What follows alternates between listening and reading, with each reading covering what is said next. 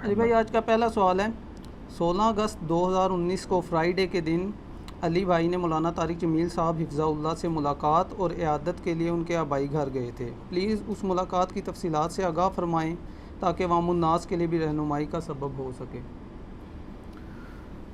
ہاں جی، الحمدللہ یہ ویسے ملاقات تو ہم نے خفیہ رکھی تھی، اس طرح جو ہے وہ اس کا ڈنڈورا نہیں پیٹا تھا، پھر اور پرابلمز کھڑے ہو جاتے ہیں۔ مولانا طارق جمیل حفظہ اللہ تعالی کچھ عرصے سے جو ہے وہ آدھے سر کے درد کی تکلیف میں مبتلا ہے۔ دعا کریں اللہ تعالیٰ ان کے لیے شفا والا معاملہ فرمائے، آمین۔ بتا رہے تھے بچپن سے یہ ہے، پہلے تو یہ یعنی آرام آ جاتا تھا، لیکن اب کنٹینیوس 5-6 مہینے سے سخت تکلیف ہے، اور اس کا درد شقیقہ کا علاج بھی آپ کو پتہ ہے میڈیکل کے اندر کوئی نہیں ہے۔ اب الٹیمیٹلی پچھلے دنوں انہوں نے سر کے اندر 90 ٹیکے لگوائے ہیں جی، ایک نس کو وہ سن کر دیتے ہیں۔ اس کی ایسے تکلیف تو ہو رہی ہوتی ہے لیکن اس کا احساس باقی نہیں رہتا، لیکن وہ بھی چند دن نکالا ہے۔ پھر جب ہم ملاقات کے لیے گئے تھے تو اس وقت بھی سخت تکلیف میں تھے۔ اللہ تعالیٰ شفا نصیب فرمائے، آمین۔ جتنے بھی لوگ دنیا میں مسلمان بیمار ہیں اللہ تعالیٰ ان کو شفاء کلی نصیب فرمائے، آمین ثم آمین۔ تو چونکہ مجھے علم تھا اس بات کا، وقتاً فوقتاً فون پہ ان سے بات ہوتی رہتی تھی، تو میں نے 1-2 دفعہ عرض کیا کہ میں عیادت کے لیے حاضر ہونا چاہتا ہوں، تو کہنے لگے میری کنڈیشن ایسی نہیں کہ میں ملاقات کر سکوں، اور ڈاکٹرز نے مجھے ملاقات سے روکا ہوا ہے، گفتگو کرنے سے روکا ہوا ہے۔ تھوڑی بہت اگر طبیعت سنبھلے گی تو انشاءاللہ ملاقات کا کوئی سبب بن جائے گا عید کے بعد۔ میں نے کہا ٹھیک ہے۔ تو جب چاند رات تھی یہ بڑی عید کی، 10 ذوالحجہ 1440 ہجری، تو اسی رات 10:30 بجے مجھے فون آیا، لیکن میں فون اٹینڈ نہیں کر سکا، 2-3 دفعہ کال آئی۔ صبح پھر فجر کے بعد بھی آئی، میرا فون سائلنٹ تھا، پتہ نہیں چلا۔ بل میں نے فون کر کے وائس میسیج ریکارڈ کروا دیا کہ جیسے ہی یعنی آپ اویلیبل ہوں تو مجھے کال کر لیں۔ تو پھر عید کی نماز کے بعد انہوں نے کال کی اور کہنے لگے کہ جی میں اب پہلے سے بہتر ہوں، تو آپ آ جائیں ملاقات کے لیے، عیادت کے لیے آنا ہے تو یہ بات ہے منڈے والے دن کی۔ تو میں نے کہا جی بہتر تو یہ ہے کہ ہم جمعے والے دن ہی آپ کے پاس آئیں، وہ زیادہ کنوینئنٹ ہے۔ تو کہنے لگے جی کتنے بندے لے کے آئیں گے؟ میں نے کہا جتنے آپ کہیں لے آتے ہیں۔ ظاہر ہے ہر بندے کی ایک خواہش ہے، ایک سیلیبریٹی تو ہیں وہ اس وقت، اس میں تو کوئی شک نہیں ہے۔ تو کہتے نہیں زیادہ لوگ نہ ہو۔ پھر میں نے یعنی ڈیسائیڈ کر کے 8 جنت کے 8 دروازوں کی نسبت سے 8 بندے سلیکٹ کیے سمیت میرے۔ جو صحیح مسلم میں حدیث ہے کہ جو شخص وضو کرنے کے بعد ایک دفعہ پڑھ لے اشہد ان لا الہ الا اللہ وحدہ لا شریک لہ واشہد ان محمدا عبدہ ورسولہ، تو اللہ تعالیٰ اس کے لیے جنت کے 8 دروازے کھول دے گا، جس دروازے سے چاہے وہ داخل ہو۔ سبحان اللہ۔ تو پھر میں نے باقی بھائیوں سے مشورہ کیا کہ جی اس طرح ہم کوئی سلسلہ رکھتے ہیں، لیکن ہم نے اس کو ملاقات والے پروگرام کو پورا خفیہ رکھا ہوا تھا آخری وقت تک، یعنی تاکہ یہ ڈسکلوز نہ ہو۔ انہوں نے اپنے آبائی گاؤں میں ہمیں بلایا۔ وہ آبائی گاؤں یعنی ملتان کے اندر ہی آتا ہے، ایک قصبہ ہی ہے تلمبہ۔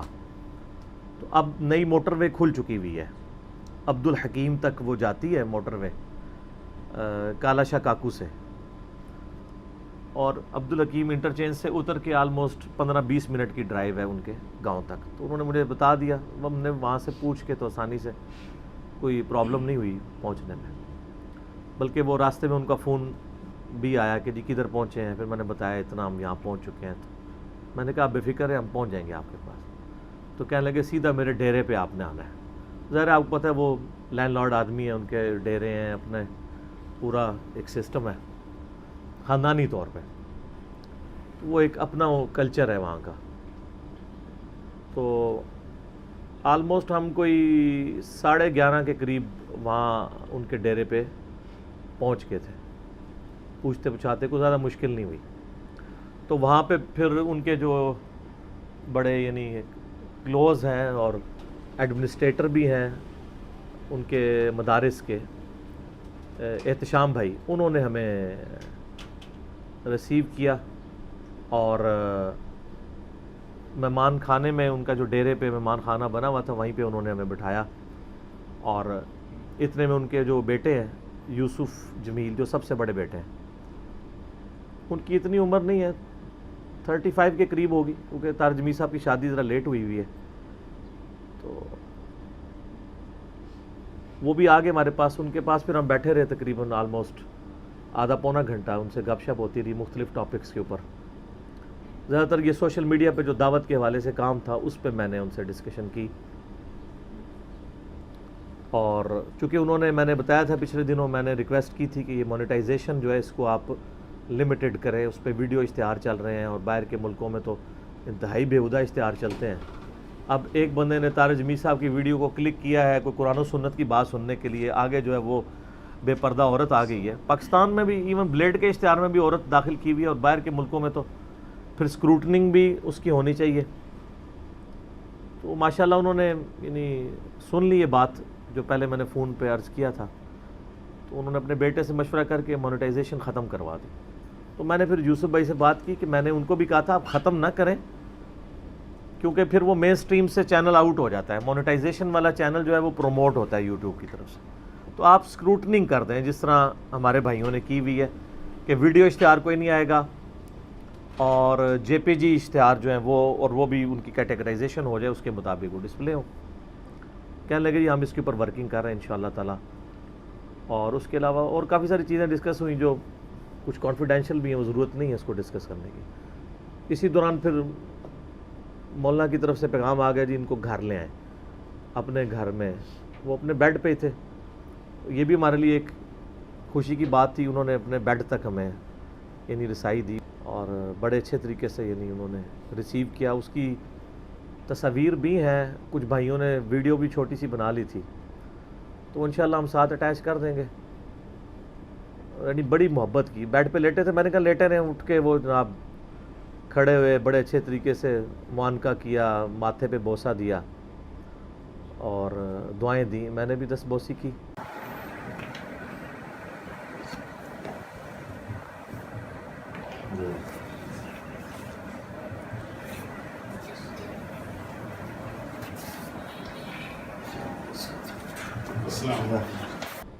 عیادت کرنا سنت بھی ہے، بخاری مسلم میں حدیث ہے مسلمان کے مسلمان پہ 5 حقوق ہیں.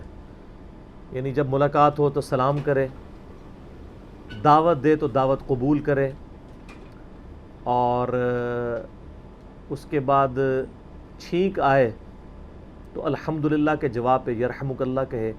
3 ہو گئے. چوتھا بیمار پڑ جائے تو اس کی عیادت کرے، اور فوت ہو جائے تو اس کا جنازہ پڑھے. یہ 5 حقوق ہیں. تو اور یہ سنت بھی ہے، صحیح بخاری میں موجود ہے. سیدہ فاطمہ سلام اللہ علیہا جب نبی علیہ السلام کو ملنے آتی تھیں تو آپ علیہ السلام ان کو بوسہ دیا کرتے تھے ماتھے کے اوپر، یوں ان کو ریسیو کیا کرتے تھے. اسی طریقے سے کوئی بڑا بزرگ ہو، علمی یعنی شخصیت ہو، آپ اس کو علمی طور پہ ریگارڈ کرتے ہوں تو آپ اس کے ہاتھ بھی چوم سکتے ہیں. تو میں نے ان کے ہاتھ چومے، لیکن اس میں حد رکوع نہ جھکا جائے بلکہ ہاتھ کو اوپر کر کے یوں بوسہ دیا جائے.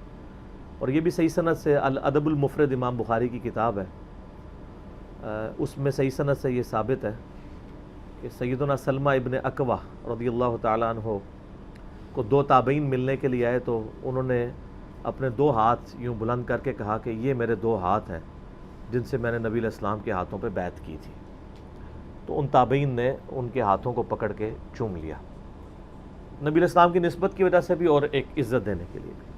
اس سے 2 ہاتھ سے مسافہ بھی ثابت ہوتا ہے، دونوں چیزیں ثابت ہو جاتی ہیں. اس کے بعد پھر ہم یعنی سارے 8 کے 8 بھائی ان کے بیڈ روم میں چلے گئے تھے. انہوں نے شفقت فرمائی، وہ مجھے کہتے ہیں تم میرے ساتھ بیڈ کے اوپر بیٹھو. میرے ساتھ بیٹھ گیا. پھر ظاہر ہے کہ احوال پوچھنے کے بعد مختلف چیزیں ڈسکس کی، انہوں نے کچھ نصیحتیں کی، کچھ گپ شپ میں باتیں ہوئیں، اور ظاہر ہے کہ وہ باتیں ایسی نہیں ہوتی ہیں ان کو پبلکلی اس طرح ڈسکس بھی کیا جائے. بل جو ہماری لیے اہم چیزیں میں وہ ڈسکس کر لیتا ہوں. میں نے ان سے یہ بات پوچھی ایک کانٹیکسٹ میں, اب وہ کانٹیکسٹ میں بیان نہیں کروں گا, کہ کیا وجہ ہے کہ جو دیندار لوگ ہیں یعنی ان کے اندر حسد, دنیا کی محبت بنسبت عام لوگوں کے یعنی زیادہ پائی جاتی ہے, جیلسی فیکٹر. انہوں نے کہا جی میری بھی یہ آبزرویشن ہے کہ ایسے پایا جاتا ہے, اور اس کی وجہ جو ہے وہ دنیا کی محبت ہے. انہوں نے کہا اگر انسان خدا اورینٹڈ ہو تو کبھی انسان دنیا میں کسی منصب کے لیے, مال کے لیے ایفرٹ پٹ نہیں کرتا. اگر اس کو بالکل کھڈے لائن جسے پنجابی میں ہم کہتے ہیں, بالکل اسے سائیڈ لائن بھی کر دیا جائے, تب بھی وہ اللہ کی رضا کی خاطر دعوت و تبلیغ کا کام جاری رکھتا ہے. تو ایک بڑی یعنی ایک اہم چیز انہوں نے اس حوالے سے ڈسکس کی. پھر وہ اسی ڈسکشن کے دوران انہوں نے کئی ایک احادیث بھی نبی صلی اللہ علیہ وسلم کے ریفرنس سے بیان کی, اور خصوصاً مجھے یعنی نصیحت کرنے لگے کہ یار تم چونکہ اختلافی موضوعات کو ڈسکس کرتے ہو تو میٹھی گولی میں نا یہ بات کیا کرو. میں نے کہا کوشش تو کرتے ہیں. پھر انہوں نے کہا وہ سورہ آل عمران میں نبی صلی اللہ علیہ وآلہ وسلم کے بارے میں اللہ تعالیٰ نے فرمایا ہے کہ اے نبی صلی اللہ علیہ وآلہ وسلم, اگر آپ کے مزاج میں سختی ہوتی, تیزی ہوتی, تو یہ آپ کے ارد گرد جو صحابہ کا جمگھٹا ہے یہ آپ سے منتشر ہو جاتا. تو کہنے لگے چونکہ اختلافی موضوعات پہلے ہی اتنے کڑوے ہیں تو ان کو ذرا پازیٹیو انداز میں پیش کیا جائے تو بات لوگ ایکسیپٹ بھی کر لیتے ہیں. پھر انہوں نے مثال کے طور پہ بات کی زاہد الراشدی صاحب کی. سرفراز خان صفدر صاحب جو دیوبندی عالم تھے, 95 ایئرز کی ایج میں فوت ہوئے ہیں کچھ عرصہ پہلے. ان کے بیٹے ہیں زاہد الراشدی, اور آگے ان کے پوتے ہیں عمار خان ناصر, وہ غامدی صاحب کے بڑے کلوز اسٹوڈنٹ بھی بن چکے ہیں. تو زاہد الراشدی صاحب کا ذکر کیا کہ وہ اپنے مخالف کے لیے بھی جب قلم اٹھاتے ہیں نا تو وہ اتنے سافٹ انداز میں لکھتے ہیں کہ وہ مخالف کو بھی یہ سمجھ آتی ہے کہ وہ میرے ساتھ ہمدردی کر رہا ہے, دشمنی نہیں کر رہا.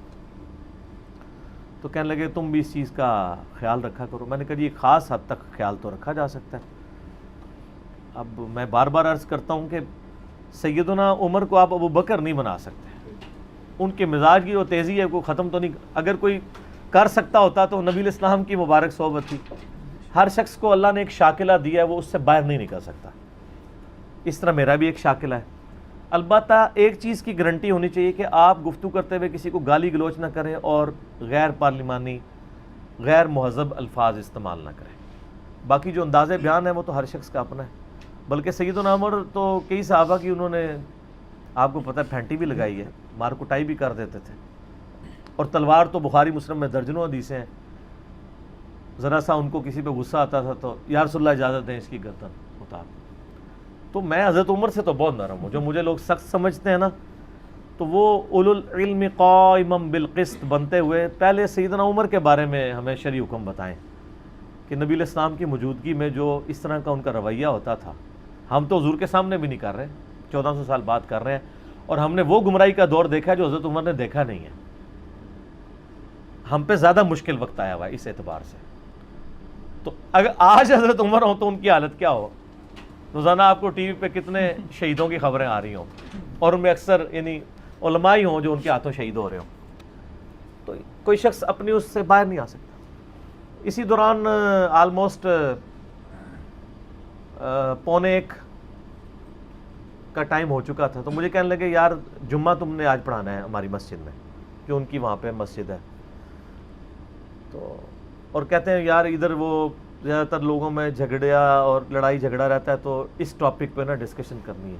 مجھے سمجھ آ گئی انہوں نے ایک مہذب طریقے سے مجھے کہا کہ کوئی اختلافی بات نہیں کرنی. تو میں نے تو انکار کر دیا. میں نے کہا جی میں تو آپ کو پتہ میں ان موضوعات پہ نہیں بولتا ہوں, تو معذرت میری قبول کریں. اگر آپ نے مجھے ٹاپک دیا ہے اس طرح تو میں تو جمعہ نہیں پڑھاؤں گا.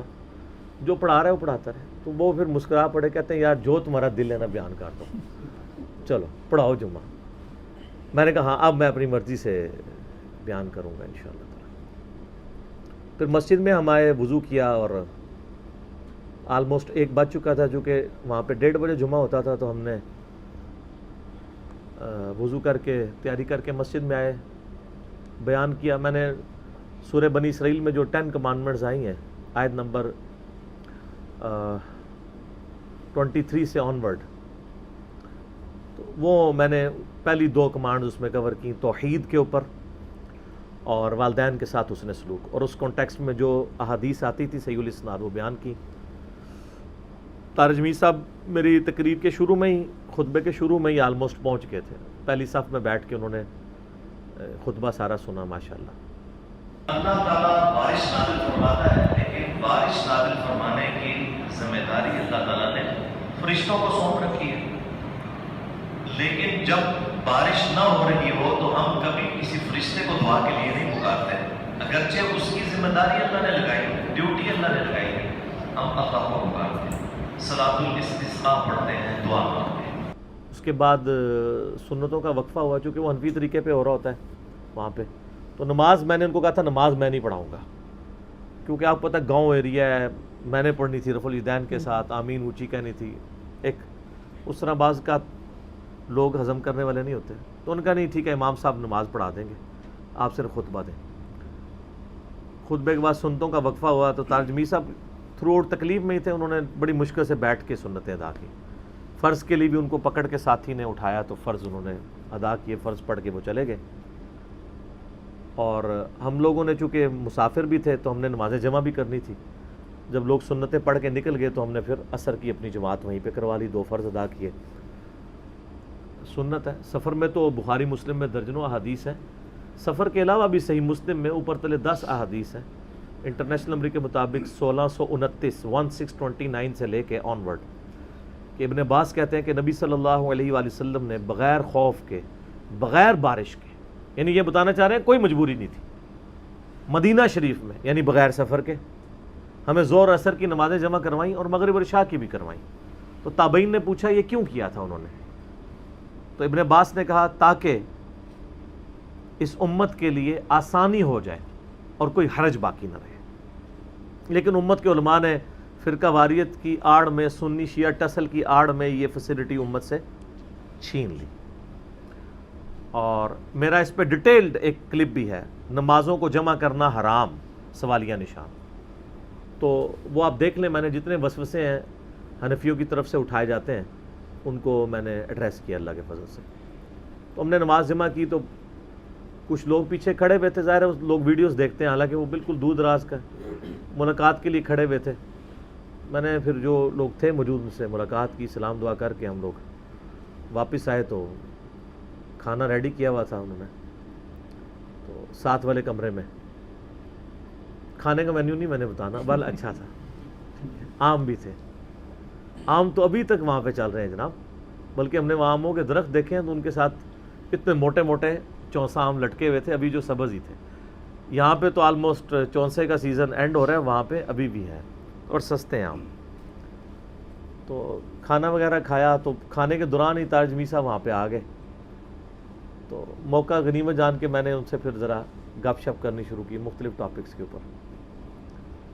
ایک تو میں نے ان سے پوچھا کہ یہ پچھلے دنوں آپ کے خلاف کافی مہم کھڑی کی تھی انہوں نے، ایک دیوبند کے مکتب فکر سے ہی ایک سیاسی لیڈر نے، نام لینے کی ضرورت نہیں، آپ کو پتہ چل جائے گا میں کس کی بات کر رہا ہوں، انہوں نے کافی ایک ہنگامہ کھڑا کیا، اور چونکہ طارق جمیل صاحب نے پرائم منسٹر کے حق میں ایک بیان دے دیا تھا، حق میں تو انہوں نے پرائم منسٹر کے حق میں نہیں، بس انہوں نے یہ کہا تھا کہ ان کی انٹینشن ہے کہ ریاست مدینہ بنانا چاہتے ہیں تو اس کو ہمیں سپورٹ کرنا چاہیے، تو وہ تو ٹھیک ہے۔ وَتَعَاوَنُوا عَلَى الْبِرِّ وَالتَّقْوَى وَلَا تَعَاوَنُوا عَلَى الْإِثْمِ وَالْعُدْوَانِ، نیکی اور پرہیزگاری کے کاموں میں ایک دوسرے کی مدد کرو اور برائی میں الگ رہو، یہ تو قرآن کا ہمیں حکم ہے، چاہے کوئی بھی ہے، حتیٰ کہ اس کا کلائمیکس وہ صحیح بخاری کی حدیث ہے، جب سیدنا عثمان غنی رضی اللہ تعالیٰ عنہ کو محصور کر دیا باغیوں نے، تو صحابہ کرام حاضر ہوئے، 695 ہے انٹرنیشنل نمبر کے مطابق صحیح بخاری میں، اور کہا کہ اے امیر المومنین، ہمارے امام تو آپ ہیں، اور مسجد پہ فتنے کے امام کا قبضہ ہے، وہ ہمیں نمازیں پڑھاتا ہے، ہمیں خدشہ ہے ہم گناہ میں نہ مبتلا ہو جائیں، تو ہم کیا اس کے پیچھے نمازیں پڑھیں؟ تو انہوں نے کہا نیکی کے کاموں میں ان کا ساتھ دو، اور نماز تو مسلمانوں میں ایک بڑا نیکی کا کام ہے، اس معاملے میں ان کے ساتھ رہو، اسی باغی اور بدتی کے پیچھے نماز پڑھو اور برائی میں اس سے الگ رہو۔ اور اس پہ امام بخاری نے باب باندھا ہے، باغی اور بدعتی کے پیچھے نماز پڑھنے کا حکم۔ امیر المؤمنین سیدنا عثمان ابن عفان رضی اللہ تعالیٰ عنہ علیہ السلام کا فتویٰ ہے، اب اس کے بعد تو کسی مولوی کے فتوے کی ضرورت ہی نہیں ہے۔ تو یعنی یہ پازیٹیو آپ کی اپروچ ہونی چاہیے کہ یعنی نیکی کے کاموں میں آپ ساتھ دیں، اور اسی میں امپلائڈ ہے کہ ہمارے جو لوگ نماز کے علاوہ اگر کلمہ کو مشرک بھی ہیں تو نماز میں تو کوئی شرک نہیں کر رہا ہوتا. نماز میں سارے ایاک نعبد و ایاک نستعین ہی پڑھ رہے ہوتے ہیں. یہ دیکھ لیں نماز کتنی محفوظ ہے, اس میں نہ یالی مدد ہے, نہ شیخ عبد القادر جیلانی مدد, کوئی بھی نہیں, کچھ بھی نہیں. بعد میں جو مرضی کرے, تو نیکی کے کاموں میں ان کا ساتھ دو.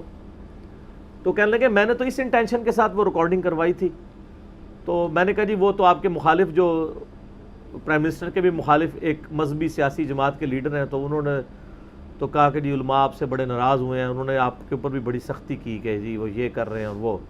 تو میں نے پھر نا ان سے مذاق کے طور پہ نا, جوک کے طور پہ میں نے کہا یقیناً آپ کو انہوں نے کافی فون کر کے سمجھایا بھی ہوگا کہ جی آپ گمراہی کے راستے پہ چل رہے ہیں اور آپ کو یہ حرکت نہیں کرنی چاہیے تھی. کیونکہ ظاہر ہے جب کوئی بندہ کسی کے ساتھ اپنے مقطع فکر کا عالم ہے, اس کے ساتھ ہمدردی رکھتا ہے, تو اس کا تقاضا ہے کہ بجائے یہ کہ اس کے خلاف ویڈیو چڑھاتا رہے. چلو ویڈیو تو کسی ایسے بندے کے خلاف ہو سکتی ہے جس کے ساتھ آپ تعلق نہیں ہے یا آپ اس کو اپروچ نہیں کر سکتے کہ چلو اس طرح میسج. جو آپ کی ایک فون کال کے اوپر ہے, آپ کے اپنے مقطع فکر کا بندہ ہے, آپ کی اس سے کئی سالوں سے دوستی ہے, تو وہ مسکرانے لگ پڑے, کہتے ہیں نہیں مجھے تو آج تک کبھی کوئی کال نہیں ہونے کی, بس وہ ہم بھی میڈیا سے سنتے رہتے ہیں, میرے بارے میں یہ باتیں کرتے ہیں. تو یہ یعنی ایک علماء کی بڑی عجیب و غریب اپروچ ہوتی ہے اپنے مخالفین کے بارے میں. پھر میں نے اسے کہا کہ پچھلے دنوں آپ کو پھر پرائم منسٹر نے بلایا ہوا تھا, تو یہ کس ایجنڈے پہ آپ کو بلایا تھا؟ وہ کہتے ہیں جی میں تو اب ظاہر کی بات کروں گا, ظاہراً تو انہوں نے, میں نے کہا جی باہر تو کانسپریسیز یہی چل رہی ہیں کہ وہ پرائم منسٹر صاحب نے آپ کو ایک پولیٹیکل گین کے لیے بلایا تھا. تو کہنے لگے میرے سے تو انہوں نے کوئی ایسی بات نہیں کی. تو میں نے کہا انہوں نے آپ سے کرنی بھی نہیں تھی اگر اس لیے بلایا ہوتا. ظاہر ہے کوئی یہ تو نہیں کہتا کہ میں آپ سے کوئی پولیٹیکل نمبرنگ کے لیے آپ کو بلا رہا ہوں. کہتے ہیں نہیں ایسا نہیں ہے, میں نے تو ان کو آبزرو کیا ہے کہ وہ دین کے ساتھ مخلص ہیں اس حوالے سے. کہتے ہیں میں 1992 سے حکمرانوں کے پاس یعنی میرا آنا جانا ہے, جتنی حکومتیں رہی ہیں. تو وہ کہتے ہیں میری اپنی آبزرویشن ہے کہ میں نے اتنا دیندار بندہ پہلے نہیں کوئی دیکھا جو واقعی کمٹمنٹ رکھتا ہے دین کے لیے. اور وہ کہہ رہے ہیں مجھے بلایا انہوں نے اس لیے تھا, وہ کہہ رہے تھے مجھے آپ گائیڈ کریں کہ میں نے نبی علیہ السلام کی سیرت پڑھی ہے اور آپ علیہ السلام کو اللہ تعالیٰ نے اتنے مختصر وقت میں اتنی کامیابیاں عطا فرمائیں, تو ہم نبی صلی اللہ علیہ وسلم کی مبارک زندگی کو کس طرح پاکستان کے اندر امپلیمنٹ کر سکتے ہیں. تو بڑی اچھی بات ہے. اور اس کی یعنی اس کو میں انڈورس اس طرح بھی کروں گا. کل کی تقریر آپ نے پرائم منسٹر کی سنی ہے 17 اگست کی, جس میں انہوں نے کہا کہ پاکستان ایشین ٹائیگر بننے کے لیے نہیں بنا بلکہ ریاست مدینہ کے لیے بنا ہے. نبی صلی اللہ علیہ وآلہ وسلم کی سیرت کے مطابق زندگی ہمیں گزارنی چاہیے, تو پھر اللہ کی مدد آئے گی اور اللہ اس ملک کو اٹھائے گا. یہ انشاءاللہ تعالی, یہ چاہے ان کے زبانی کلامی دعوے بھی کیوں نہ ہوں, فتویٰ ظاہر کے اوپر لگتا ہے. ہمیں بدگمانی نہیں کرنی چاہیے, پازیٹیو چیزوں میں ساتھ. مجھے آپ کو پتہ ہے کہ میں کئی سیاسی معاملات میں سخت ان سے اختلاف رکھتا ہوں, لیکن جب کبھی علماء کی طرف سے پرائم منسٹر پہ حملہ ہوتا ہے, کوئی ایسا معاملہ ہوتا ہے, تو میں فرنٹ سے دفاع بھی کرتا ہوں. اب جب کشمیر والا مسئلہ آیا تو اس میں آپ کو پتہ ہے میرا کلپ بڑا سخت ریکارڈ ہوا ہے. تو اب ہمارے کلپس تو سارے ایلیٹ کلاس تک یعنی فوج میں بھی اور جوڈیشری میں بھی اور پولیٹیشنز میں بھی پہنچتے ہیں. اب آپ دیکھ لیں کل بھی یعنی ایک پریس کانفرنس ہوئی ہے, فارن منسٹر ہمارے جو ہیں شاہ محمود قریشی بھی بیٹھے ہوئے تھے, D G I S P R بھی تھے, اور وزیر اطلاعات بھی ہماری بیٹھی ہوئی تھی. تو کل کی سٹیٹمنٹس تو بڑی جاندار تھیں ان کی. پہلے تو لگ رہا تھا بالکل یعنی ساری قوم ہی جس طرح یعنی قوم تو جہاد کے لیے تیار ہے اور ہمارے حکمران اور ہمارے ادارے جو ہیں وہ بزدلی دکھا رہے ہیں, لیکن کل تھوڑی سی ٹون ان کی چینج نظر آئی ہے. تو اللہ کرے یعنی ہم تو دعا کرتے ہیں کہ یعنی کشمیریوں کو اس وقت ہمارے دلاسوں کی یا سیکیورٹی کونسل کی قراردادوں کی ضرورت نہیں ہے. ٹھیک ہے یہ بھی ایک فورم ہے, ہم اس کو اپریشیٹ کرتے ہیں. اصل چیز تو یہ ہے کہ ہم برائی کو ہاتھ سے روکیں. تو صحیح مسلم میں حدیث ہے کہ نبی علیہ السلام نے فرمایا کہ مؤمن وہ ہے جو برائی دیکھے تو ہاتھ سے روک سکتا ہو تو روکے. ظاہر ہے یہ حکمرانوں کا کام ہے, عوام الناس کا نہیں ہے. عوام کا کام یہ ہے کہ وہ ٹیکس دے, فائنینشلی ان کو سپورٹ کرے, جو میں نے اس کلپ میں بھی بتایا کہ ہم سپورٹ کر رہے ہیں. اور اگر ہاتھ سے نہیں روک سکتے کم از کم زبان سے برا کہو, وہ تو سارے کہہ رہے ہیں. اور اگر کوئی یہ بھی نہیں کر سکتا تو پھر کم از کم دل میں برا جانے. اور صحیح مسلم کے الفاظ اینڈ پہ کہ ذالک اضعف الایمان, یہ ایمان کا سب سے کمزور ترین درجہ ہے. گونگے شیطان نہ بنو, زبان سے کم از کم برائی کو برائی کہنا چاہیے. اور حکمرانوں کا تو کام ہے کہ اس کو برائی کو ہاتھ سے روکیں جہاں تک ہو سکے. تو اس حوالے سے یعنی اب کشمیر کے حوالے سے ظاہر ہے ہمارے دل دکھے ہوئے ہیں. میں نے بھی آپ دیکھیں میں ہمیشہ پاکستان انڈیا کے امن کی بات کرتا رہا ہوں. اس زمانے میں بھی جب یہاں پہ نان اسٹیٹ ایکٹرز تھے اور جب امن کی بات کرنا جو ہے وہ برا سمجھا جاتا تھا. اب تو ویسے ہی امن ہی ہو رہی ہے ہر طرف. لیکن امن کا یہ مطلب نہیں ہے کہ ایک جو ہے وہ قوم آپ پہ مسلط ہوئی ہے, آپ کی پٹائی کر رہی ہے, مسلمانوں کا قتل عام کر رہی ہے, ان کو بیسک رائٹ سے محروم کر دیا ہے کروڑوں مسلمانوں کو, اور وہ پاکستان کی طرف دیکھ رہے ہیں اور ہم بھی آگے سے کہہ رہے ہیں کہ آپ بھی دعا کریں ہم بھی دعا کرتے ہیں. بڑی عجیب و غریب اپروچ ہے. تو بال شکر ہے اللہ کے فضل سے یعنی چینج آ رہی ہے, اور چینج اسی طریقے سے یعنی سوشل میڈیا کے اوپر آواز بلند کرنے سے چینج آتی ہے. پھر تاج میر صاحب کہنے لگے کہ جی کہتے ہیں 34 سال میں یہ میری پہلی بڑی عید ہے جو گھر پہ ہوئی ہے.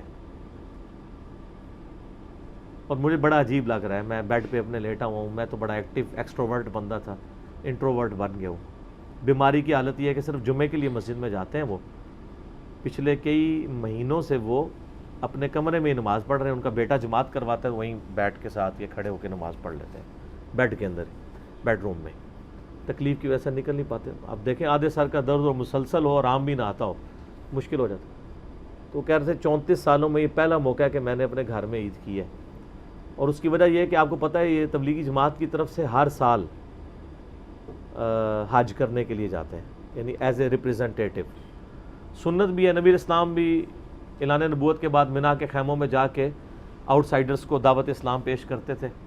اب تو خیر ماشاءاللہ مسلمان ہی ہیں جو وہاں پہ جاتے ہیں. تو انہی یعنی وہ جو منا کے خیموں میں آپ کو پتہ ہے سارا دن لوگ فارغ ہی بیٹھے ہوتے ہیں, کام تو کوئی بھی نہیں ہوتا. تو پھر جتنے دنیا سے سیلیبریٹیز یا بڑے بڑے لوگ گئے ہوئے ہوتے ہیں نا, تو تاج میر صاحب پھر ان سے ملاقاتیں کرتے ہیں. عامر خان سے بھی وہیں پہ ملاقات ہوئی تھی, عطا اللہ عیسیٰ خیلوی سے. ادھر تو ٹائم نہ دیں, ادھر تو کم از کم وہ فارغ ہی بیٹھے ہوتے ہیں, انہوں نے بھی ٹائم گزارنا ہوتا ہے. تو تاج میر صاحب آفیشلی یعنی رائمنڈ مرکز کی طرف سے حج کے لیے ہر سال جاتے ہیں, اور کہتے ہیں 34 سالوں میں مسلسل جا رہا ہوں. اس کی وجہ سے عید ادھر ہی ہو جاتی تھی ان کی. اس دفعہ کہتے ہیں میں نہیں جا سکا بیماری کی وجہ سے. دعا کرے اللہ تعالیٰ ان کے لیے آسانیاں فرمائے اور کو شفا عطا فرمائے.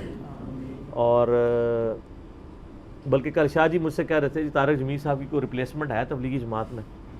میں نے کہا تبلیغی جماعت میں کوئی ریپلیسمنٹ نہیں ہے. اللہ تعالیٰ نے جو ان کو غیر معمولی صلاحیت دی ہے, اخلاقیات کے اوپر گفتگو کرنے کی, انداز بیان ہے, پر اثر ہے, اور اس کے پیچھے ان کی عظیمت ہے. وہ واقعی ایک مخلص دیندار آدمی ہے, دنیا دار عالم دین نہیں ہے جو میں نے ان کو آبزرو کیا ہے, میرے جیسے شارپ آدمی نے. تو وہ اللہ تعالیٰ نے ان کی آواز میں برکت دی ہے الحمدللہ. اور ہمارے پاس ایسٹ ہے ان کی تقاریر جو ویڈیو میں ریکارڈڈ ہے الحمدللہ. اور انشاءاللہ تعالیٰ جب تک یوٹیوب اور یہ سوشل میڈیا ہے لوگوں کے لیے اصلاح کا سبب انشاءاللہ ان کی ویڈیوز بنتی رہیں گی انشاءاللہ. میں نے خیر ان کو دم بھی ڈالا تھا اس وقت, اور دعا بھی میں نے کی ان کے لیے, اور انہوں نے بھی ہمیں بڑی دعائیں دی, اللہ کا شکر ہے. اور کھانے کے دوران کافی ساری گپ شپ ہوئیں, کئی باتیں جو ہیں ڈسکس میں نے کر لی ہیں, بعض میں نہیں کروں گا. اس کی وجہ یہ کہ وہ پھر ایسی باتیں ہو جائیں گی کہ وہ پھر جب باہر نکل جائیں تو پھر لوگ عجیب و غریب باتیں کرتے ہیں, کیونکہ وہ بڑا کرٹیکلی دیکھ رہے ہوتے ہیں میری ویڈیوز. میں نے ان کو کچھ باتیں ریفر کی. میں نے کہا جی وہ آپ کا جو میسج ٹی وی والوں کے ساتھ وہ کاپی رائٹس کا جھگڑا چلا تھا, آپ نے مجھے منع کیا تھا, لیکن میں نے پھر بھی تھوڑا سا کنٹرول الفاظ میں اس کو ڈسکس کیا ہے. کہتے ہیں میں نے وہ سارا دیکھا ہے, بالکل ٹھیک کیا ہے, تم نے وہ لمٹ کراس نہیں کی ہے, اتنا ہی کرنا چاہیے تھا. تو کرنا بھی ضروری تھا, ظاہر ہے لوگ پوچھ رہے تھے. تو اس اعتبار سے یعنی میں ایک کنٹرول الفاظ میں یعنی میسیج کنوے کر رہا ہوں اللہ کے فضل سے. پھر وہاں ہم نے اینڈ پہ وہ تصویریں وغیرہ بنوائی ان کے ساتھ جتنے ہمارے ساتھ بھائی گئے ہوئے تھے. تو پھر مجھے جاتے انہوں نے کہا یہ تصویریں مجھے آپ نے دینی ہے, ہم اپنے پیج پہ اپلوڈ کریں گے. تو وہاں پہ احتشام بھائی تھے, تو ان کے ہم نے واٹس ایپ پہ اپنے بھائی کے تھرو اس کو ان کو فارورڈ کر دی. تو انہوں نے آلموسٹ, ہم واپس چونکہ فیصل آباد آ رہے تھے وہاں سے, ہمارے فیصل آباد پہنچنے سے پہلے ہی آلموسٹ 5 بجے تک انہوں نے شیئر کروا دی تھی اپنے فیس بک پیج کے اوپر تصاویر. ہم نے تو ابھی تک نہیں کروائی ہیں. ہم چونکہ سنڈے کا انتظار کرتے ہیں, پراپر ورکنگ کرنی ہوتی ہے. ہمارے پاس چھوٹی سی ویڈیو بھی ہے, وہ بھی ساتھ جوڑ کے تصاویر جوڑ کے ایک مینیجیبل فارم میں یہ میری آج کی جو گفتگو ہے اس کو ہم اپلوڈ کریں گے. ظاہر لوگ پوچھ رہے ہوتے ہیں, اس اعتبار سے لوگ دیکھ بھی رہے ہوتے ہیں, انڈر آبزرویشن ان چیزوں کو لوگوں نے رکھا ہوتا ہے. تو بہتر یہی ہے کہ میں نے سوچا کہ ہم اتوار کا انتظار کریں. ایز یوزول جتنے بھی ایشوز ہیں آپ کو پتہ ہے میں سنڈے کا انتظار کرتا ہوں. سنڈے والے دن ہی اس کو ریکارڈنگ میں لایا جاتا ہے تاکہ مینیجیبل فارم میں ان چیزوں کو پیش کر دیا جائے. تو اس کے بعد اسی دوران کی طبیعت کافی زیادہ یعنی خراب ہو گئی تھی. ڈاکٹر کو بھی انہوں نے بلوا لیا تھا. پھر وہ اپنے کمرے میں چلے گئے, اجازت لی ہم نے. ہم پھر واپس اپنی گاڑی کی طرف آئے تو بلکہ اس وقت پھر مجھے احتشام بھائی بتانے لگے کہ انہوں نے آنے والے 1-2 دنوں کی کمٹمنٹس کینسل کر دی. ان کی طبیعت ٹھیک نہیں ہے, بہت زیادہ یعنی اپ سیٹ ہے طبیعت. دعاؤں کے ساتھ انہوں نے رخصت کیا اور ساتھیوں نے بھی ماشاءاللہ. ہم آلموسٹ وہاں سے دوپہر کو 3 بجے نکلے تھے فیصل آباد کے لیے. تو یہ یعنی ہمارا وہاں پہ ٹوٹل معاملات رہے ان کے ساتھ. ڈسکشن کے پوائنٹ آف ویو سے بھی, ملاقات کے لحاظ سے بھی ایک اچھی چیز تھی اس حوالے سے کہ ذرا ملتا جلتا رہے بندہ, تو کئی ایک چیزیں جو ہیں وہ موقع ملتا ہے اپنا پیغام پہنچانے کا. مثلا میں نے ان کو اپریشیٹ کیا اس حوالے سے کہ جو آپ نے فضائل اعمال میں جو واقعات لکھے ہوئے ہیں جن کے بارے میں ہم کہتے ہیں یہ صوفیت والے واقعات کتاب و سنت کے منافی ہیں, تو آپ نے یہ ویڈیو ریکارڈ جو کروائی ہے اور اس کو کنڈیم کیا ہے. تو کہنے لگے میں تو شروع سے ان چیزوں کے خلاف ہوں. میں نے کہا لیکن اب آپ جو سامنے آئے وہ تو اب آئے ہیں. ان کا نہیں, میں ان چیزوں کو شروع سے رہبانیت کو اسلام کے منافی سمجھتا ہوں. تو باقی وہ کہتے ہیں میں جتنا یعنی کنٹرول انوائرمنٹ کے اندر اپنا میسیج بڑے بزرگوں تک جو رائیونڈ میں بیٹھے ہیں کوشش کرتا ہوں کہ پہنچا دوں. اور ان کے زیر تمام این جی اوز, ایک این جی او بھی انہوں نے بنائی ہوئی ہے تارا جمیل فاؤنڈیشن کے نام سے, غریب لوگوں کی مدد کرنے کے لیے. تو باقی اپنے مدرسوں کا بھی ان کا سلسلہ. آلموسٹ 140 ملین ان کا سال کا بجٹ ہے, 140 ملین. تو آپ دیکھ لیں ماشاءاللہ. تو ظاہر ہے کہ لوگ سپورٹ کرتے ہیں ان کو. وہ خود انہوں نے کوئی درخت تو نہیں لگائے ہوئے جہاں سے نوٹ توڑتے ہیں. لوگ سپورٹ کرتے ہیں. لوگ سپورٹ کرتے ہیں تو وہ لوگوں کے اوپر لگاتے بھی ہیں. مدرسوں کے سسٹم ہے, بچوں کے ہم نے اسٹوڈنٹس کے حوالے سے جب آبزرویشن کی کہ اچھے ان کے یعنی رہائش کا انتظام اچھا رکھا ہوا ہے, کھانے پینے کا باقاعدہ میس سسٹم ہے, میس مینیجر, یہ سب کچھ انہوں نے پراپرلی جس طرح یونیورسٹیز کے اندر چیزوں کو مینیج کیا جاتا ہے نا, اس طرح انہوں نے رکھا ہوا ہے. یعنی اگر وہاں پہ بچے داخل ہوتے ہیں تو وہ ایک اچھے اسکول یا کالج کی طرح ٹریٹ کیا جاتا ہے ان کو. ان کی ہر ضرورت کا خیال رکھا جاتا ہے, صاف ستھرا ماحول دیا جاتا ہے. یہاں تو عموماً آپ مدرسوں میں دیکھتے ہیں کہ بچے بیچارے بیماریوں میں ہوتے ہیں, اور اکثر بچے تو بیچارے خارش ہی کر رہے ہوتے ہیں. آپ اگر کسی بچے کے ساتھ نماز کے لیے کھڑے ہو جائیں تو نہ ان کو پراپر دوائیاں دی جاتی ہیں, نہ ان کی اس طرح ٹریٹمنٹ ہوتی ہے. اور میں تو یقین کریں, آپ اگر خود صاحب اولاد ہونا تو پھر آپ اس درد کو فیل کر سکتے ہیں. چھوٹے چھوٹے بچے لوگ مدرسوں میں چھوڑ جاتے ہیں. خیر انہوں نے اس لحاظ سے سختی رکھی, چھوٹے بچے نہیں لیتے, کم از کم میٹرک پاس, اس کے بعد وہ شروع کرتے ہیں. بال مدرسوں میں بھی اتنے چھوٹے بچے, گھر میں بھی آپ کو پتہ ہے بچے کتنے شرارتی ہوتے ہیں, لیکن آپ مدرسوں میں دیکھیں جس طریقے سے پٹائی کرتے ہیں یہ ٹیچرز, کیا اس طرح کوئی اپنے بچے کی پٹائی کرتا ہے؟ کتنا وحشیانہ انداز میں. مجھے تو یقین کریں بہت ترس آتا ہے. ہاں جب تک اپنے بچے نہیں تھے تو مجھے ایک یوزول معاملہ ہی لگتا تھا کہ یار ایسے ہی ہوتا ہوگا, لیکن اب میں سوچتا ہوں یار اپنے بچے کو مارنے کو نہیں دل کرتا, دوسرے بچے کو تو ویسے ہی بندے کو ہاتھ نہیں لگانا چاہیے جو بیچارہ ماں باپ سے دور ہے, اور وہ بھی زیادہ تر غریب ماں باپ ہیں جو خرچہ نہیں اٹھا سکتے, تو انہوں نے اپنے مدرسوں میں بچے داخل کروائے ہوئے ہیں. اس لحاظ سے میں یعنی اگرچہ میں مدرسوں کے علماء ان کے ایٹیچیوڈ کے کئی چیزوں کے خلاف ہوں, لیکن اس لحاظ سے میں مدرسوں کو پروموٹ کرتا ہوں کہ پاکستان کی سب سے بڑی این جی اوز اگر کوئی ہیں نا, نان گورنمنٹ آرگنائزیشن جو لوگوں کو فائنینشلی, بچوں کو مال اور لباس کے اعتبار سے سپورٹ کر رہی ہے, وہ یہ ہمارے مدرسہ سسٹم ہے. تو غریب لوگ یہاں پہ پڑھ رہے ہیں, ان کا فائدہ ہو رہا ہے. تو سپورٹ کرنا چاہیے ضرور, لیکن سپورٹ کے ساتھ انڈر آبزرویشن بھی ان کو رکھنا چاہیے کہ جو مال پانی آپ مدرسوں کو دے رہے ہیں وہ بچوں کے اوپر لگ رہا ہے یا ان کے اساتذہ کے اوپر لگ رہا ہے. تو یہ جناب ہماری ٹوٹل یعنی تھی وہاں کی روداد. اور پھر راستے میں وہ ان کا فون 7:30 بجے پھر آیا, میں نہیں اٹھا سکا. پھر کافی ایک دفعہ پھر فون آیا, میں نہیں اٹھا سکا. پھر میں نے احتشام بھائی کو فون کیا.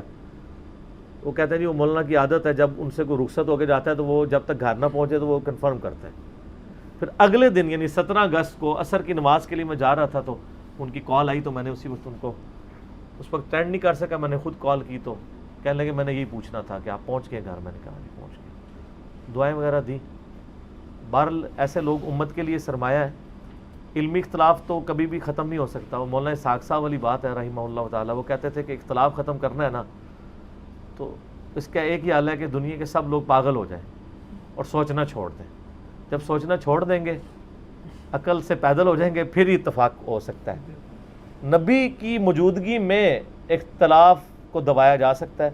نبی جب دنیا سے چلا جائے پھر بڑے سے بڑی شخصیات بھی ہوں, اختلاف رائے آپ کو خلفائے راشدین میں بھی نظر آئے گا. تو آج بھی باقی ہے. تو اس کو اس لیول پہ نہیں لے کے جانا چاہیے کہ آپ نفرتیں پھیلائیں. میرے اوپر اکثر اعتراض لوگ کر رہے ہوتے ہیں کہ جی باقی علماء کی عزت نہیں کرتا ہے, طارق جمیل صاحب کی کیوں اتنی عزت کرتا ہے. تو باقی علماء بھی طارق جمیل بنے نا حافظہ اللہ تعالی, تو عزت کروا لیں. وہ تو تھنک آؤٹ آف باکس کر رہے ہیں, فرقوں سے باہر نکلے ہیں, ان کے اندر اتنی ٹالرنس ہے.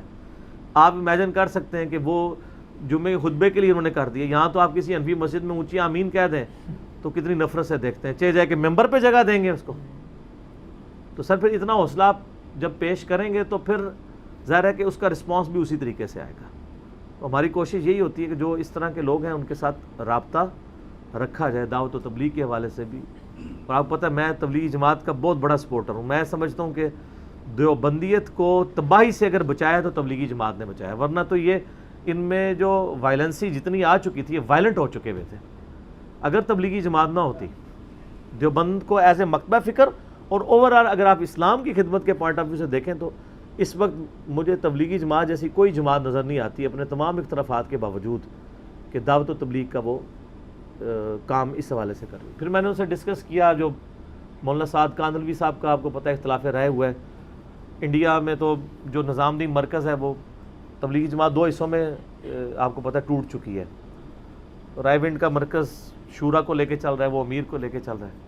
تو میں ان کو بتایا کہ انڈیا سے بھی لوگ رابطہ کرتے ہیں. تو انہوں نے مجھے ایک نصیحت کی کہ بیٹا پارٹی نہیں بننا. میں نے کہا میرا تو پہلے ہی پوائنٹ آف ویو ہے کہ میں کبھی پارٹی نہیں بنتا. ہم تو جو بھی دعوت و تبلیغ کا کام کر رہا ہے اخلاص کے ساتھ ہم اس کو سپورٹ کرتے ہیں, چاہے وہ رائے ونڈ مرکز کے انڈر ہے یا نظام دین انڈیا کے اندر ہے. سب سے ہم محبت کرتے ہیں. اور طارق جمیل صاحب بھی ماشاءاللہ انہوں نے کہا جی ہم جو ہے وہ سپورٹ کرتے ہیں.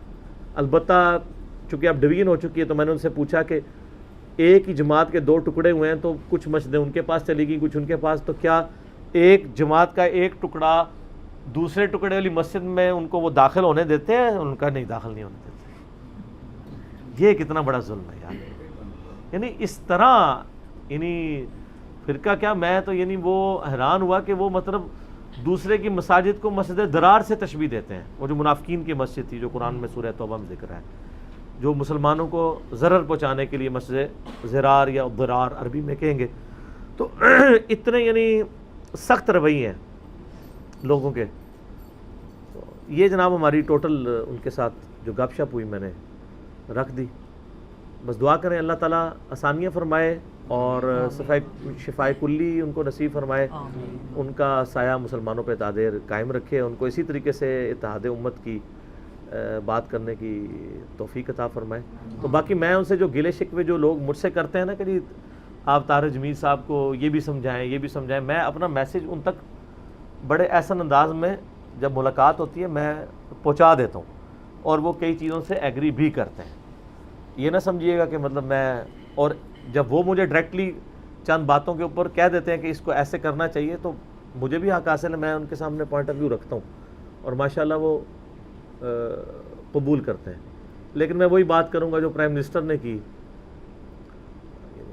عمران خان صاحب سے لاکھ اختلاف لوگوں کو, لیکن یہ ہے کہ وہ بولڈ آدمی ہے, سچ نکال دیتے ہیں اپنی زبان سے. جو آپ کو پتہ ہے انہوں نے تقریر کی تھی آخری, ایک تو یہ کل ہوئی 17 اگست کو, جو آزاد کشمیر کی پارلیمنٹ میں انہوں نے تقریر کرتے ہوئے کہا کہ یہ اگر UNO کشمیر کا مسئلہ حل نہیں کروائے گی تو یہ دنیا کے 1.25 ارب مسلمانوں کو اپنے خلاف کر رہی ہے، اور اس کے بعد جو کچھ انتشار ہوگا تو اس کی ذمہ دار اقوام متحدہ اور وہ بڑے بڑے ملک ہوں گے جو دنیا کے ٹھیکیدار بنے ہوئے ہیں اور آج ہمارا یہ مسئلہ نہیں نہ حل کروا رہے. تو ان کا کہ ہاں انہوں نے کہا رہا ہم حکمرانوں کا مسئلہ، تو پھر انہوں نے مسکراتے ہوئے کہا کہ یار ہماری تو بڑی مجبوریاں ہوتی ہیں. یعنی اس پوسٹ کا تقاضا ہے کہ ہم اس طرح منہ نہیں کھول رہے، لیکن اس کا یہ مطلب نہ سمجھیے گا کہ ہمارے اندر وہ والے جذبات نہیں جو ایک عام مسلمان اپنے دوسرے مسلمان بھائی کے لیے اس کا دل دھڑکتا ہے. تو مجھے بڑی خوشی ہوئی کہ یار اس لیول پہ کم از کم یہ بول دینے سے اب مجھے یہ تسلی ہو گئی ہے کہ میرا پرائم منسٹر اس وقت جو میرے جذبات ہیں کشمیریوں کے لیے اس کے بھی باہر وہ نہ ہو اندر ضرور وہی ہیں. تو یہ بولڈنس ہے ان کی.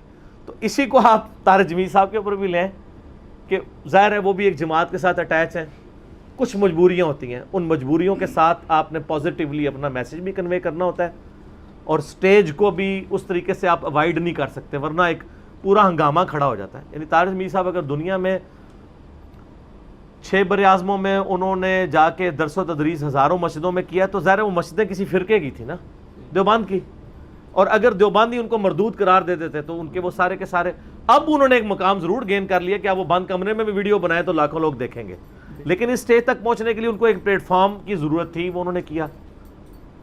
لیکن اللہ کا فضل ہے کہ مجھے اس محتاجی سے بھی اللہ نے محفوظ رکھا کہ مجھے کسی کی پلیٹ فارم کی کسی کی مسجد کی ضرورت نہیں رہی. ہمارے تو پہلے دن سے ریکارڈنگ جو ہے یہ دار ارقم اس اکیڈمی میں ہو رہی ہے، تو اللہ کا شکر ہے کیونکہ ہمارا سارا کام سوشل میڈیا کے اوپر تھا.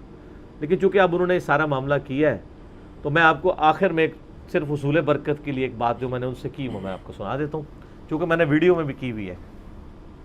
آپ کو پتہ ہے انہوں نے 8 کلیریفیکیشنز ریکارڈ کروائی تھی جب ان کے اوپر اعتراض لگا کہ انہوں نے مولا علی کہہ دیا تو یہ شیعوں کے ایجنٹ ہیں، کبھی کچھ کوئی آپ.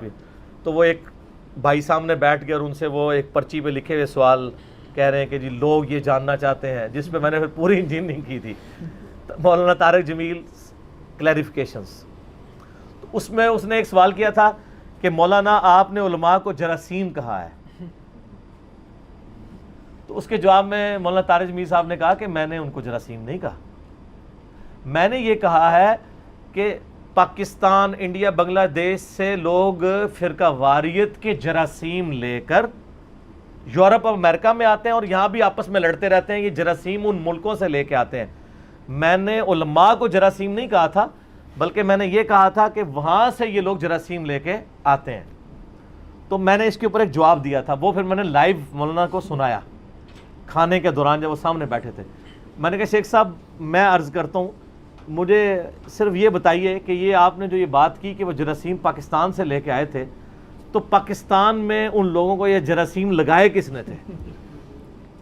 کسی کھلاڑی کو انہوں نے چھوا تھا، کسی ہاکی کے پلیئر کو یا کسی فٹ بالر کو یا کسی کرکٹر کو ہاتھ لگانے سے اس کو جراثیم لگ گئے تھے فرقہ واریت کے اور ایک دوسرے کو کافر کہنے کے. تو میں نے کہا جی میں ہی جواب دیتا ہوں یقیناً علماء کی وجہ سے ہوا. تو اس پہ مسکرا پڑے. تو میں نے کہا اس کا مطلب ہے آپ نے انڈائریکٹلی علماء کو ہی جراثیم کہا ہے، ٹھیک ہے. تو میں نے کہا ہمیں تو سمجھ آ گئی تھی. تو میں نے کہا آپ نہ بھی کہیں، آپ کے کہنے نہ کہنے سے کوئی فرق نہیں پڑتا، حقیقت یہ ہے کہ یہ علماء ہی ہیں جن سے جراثیم لگے ہیں. تو جراثیم پروڈیوس کرنے والی مشین زیادہ خطرناک ہے جراثیموں سے، کہ وہ تو مشین پروڈیوس کر رہی ہے نا ان جراثیم کو. تو اس طرح میں نے ان کو چیزیں کنوے کر دی ہیں، اللہ کا شکر ہے. اور ان کو سب کچھ کلیئر ہے. ظاہر ہے وہ تو بلکہ کہہ رہے تھے بیٹا میرا ایک ایک بال جو ہے نا وہ اس تلخی میں ڈوبا ہوا ہے جو مجھے اس تبلیغ کے راستے میں جو تکلیفیں اٹھانی پڑی ہیں اپنے لوگوں سے. ظاہر ہے اپنے لوگوں سے مراد علماء ہی ہے نا، عوام تو ان کی کمپٹیٹر ہی نہیں ہے نا. تو وہ چیزیں تو ان کو، لیکن وہ کہتے ہیں میں ہمیشہ پیسے موڈ میں رہوں، میں نے کبھی کنفرنٹریشن نہیں کی، محاذرائی نہیں کی. جب کسی نے کوئی ڈانٹا میں بیک فوٹ کے اوپر چلا گیا، بس چپ کر کے لگا رہوں. آج دیکھیں وہ کہتے ہیں جن لوگوں نے مجھے دبانے کی کوشش کی ان کو کوئی جانتا بھی نہیں، اللہ نے مجھے عروج دے دیا. تو یہ دعوت کا اصول بھی یہی ہے کہ آپ نے ویل لیفٹ چیزوں کو کرنا ہے. اگر آپ راستے میں بھونکنے والے ہر کتے کا جواب دینا شروع کر دینا تو آپ منزل تک نہیں پہنچ سکتے. اور سورۃ الاعراف کی آیت نمبر 175 اور 176 میں اللہ نے علماء سوء کو کتے کی مثال بیان کیا ہے. اور سنن ابی داؤد میں حدیث ہے میری امت کے 72 فرقے دوزخ میں جائیں گے اور ان میں ایسی بدعت داخل ہو جائیں گی جس طرح باولا کتا کسی کو کاٹ جائے اور اس کے ایک رگ و ریشے میں اس کا زہر پہنچ جائے، وہاں پہ وہ کون سا باولا کتا ہے جس کی وجہ سے بدعتیں پیدا ہوتی ہیں؟ علماء سو۔ تو نبی اسلام نے بھی علماء سو کو کتا کہا، اور اللہ تعالیٰ نے سورۃ الاعراف میں، اور میرا پچھلے دنوں ایک کلپ بھی ریکارڈ ہوا ہے کہ اپنے آپ کو مدینے کا کتا کہہ سکتے ہیں، تو آپ دیکھ لیں، اس میں میں نے کئی اور باتیں بھی کی ہیں۔ ابھی اذان عصر شروع ہوا جاتی ہے، بقیہ کے سوالات انشاءاللہ اذان عصر کے وقفے کے بعد انشاءاللہ تعالی۔